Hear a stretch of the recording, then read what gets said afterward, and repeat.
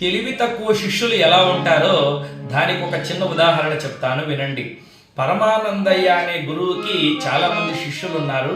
ఒకరోజు పరమానందయ్య గారు ఎడ్ల బండ కట్టి ఆ బండిలో కూర్చున్నాడు.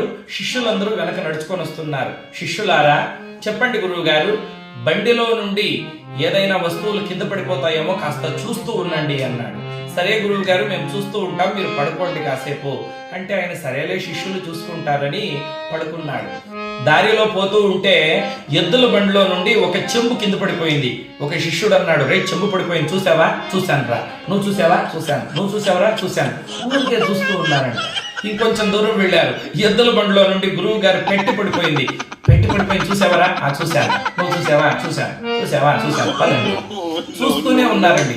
ఇంకొంచెం దూరం పోగానే గురువు గారు శాల్వా కింద పడిపోయింది. ఒరే చూసావరా? చూశాను. నువ్వు చూసావా? చూశాను. చూసావా? చూశాను. అక్కడే వదిలేసి వెళ్ళిపోతున్నారు. కొంతసేపు అయిన తర్వాత గురువు గారు చూస్తే శాల్వా లేదు, పెట్టే లేదు, చెంబు లేదు. ఒరే, చెంబు శాలువా పెట్టే ఏమైందిరా? గురువు గారు ఎద్దుల బండిలో నుండి పడిపోయింది గురువు గారు. మీరేం చేస్తున్నారా? మీరే కదా గురువు గారు ఎద్దుల బండిలో నుండి ఏది కింద పడినా కాస్త చూసుకోండి అన్నారు. మేము చూసుకొని ఉన్నామండి. ఒరే ఒరే ఒరే, తెలివి తక్కువ దద్దమ్మల్లారా, చూసుకోమంటే ఊరికే చూసుకోవడం కాదురా.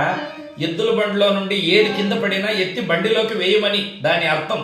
సరే గురువు గారు, ఈసారి ఏం కింద పడినా ఎత్తి బండిలోకి వేస్తాం, మీరు పడుకోండి.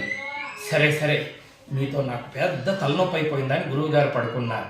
కొంచెం దూరం పోగానే 2 ఎద్దులు పేడ వేశాయి.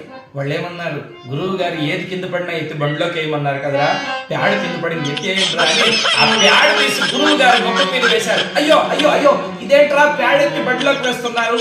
మీరే కదా గురువు గారు ఏది కింద పడినా ఎత్తి బండిలోకి వేయమన్నారు, పేడ పడింది అందుకే వేసామండి. ఛీ మూర్ఖులారా, ఇలా కాదురా అని ఒక పేపర్ మీద రాసిచ్చారు. చూడరా, చెంబు పడిపోతే ఎత్తి బండిలోకి వేయండి, పెట్టె పడిపోతే ఎత్తి బండిలోకి వేయండి, శాల్వా పడిపోతే ఎత్తి బండిలోకి వేయండి, నశం డబ్బా పడిపోతే ఎత్తి బండిలోకి వేయండి, అన్ని లిస్ట్ రాసి వాళ్ళు చేతికిచ్చాడు. సరే గురువు గారు, మీరు పడుకోండి. కొంచెం దూరం పోగానే బండి తలకిందులుగా పడిపోయిందండి. గురువు గారు పాపం కింద పడిపోయారు. వీళ్ళు లిస్ట్ తీసుకున్నారు. ఏయ్ బండి ఎత్తండ్ర పైకి. ఎత్తాం. పెట్టే బండిలోకి వేయండి, వేశాం. శాల్వా బండిలోకి వేయండి, వేశాం. నశం డబ్బా వేయండి, వేశాం. శాల్వా వేశారా? వేశాం. అన్ని వేశామండి. పదండి అని వెళ్ళిపోతున్నారు. గురువు గారు అక్కడనే వదిలేసి. గురువు గారు, ఒరే ఒరే, నన్ను వదిలేసిపోతున్నారు కదరా, మీ పేరు ఈ లిస్ట్ లో లేదు కదా గురువు గారు. ఒరే ఒరే ఒరే, మీరు నన్ను చంపేస్తున్నారా? గురువు గారే బండెక్కారంట.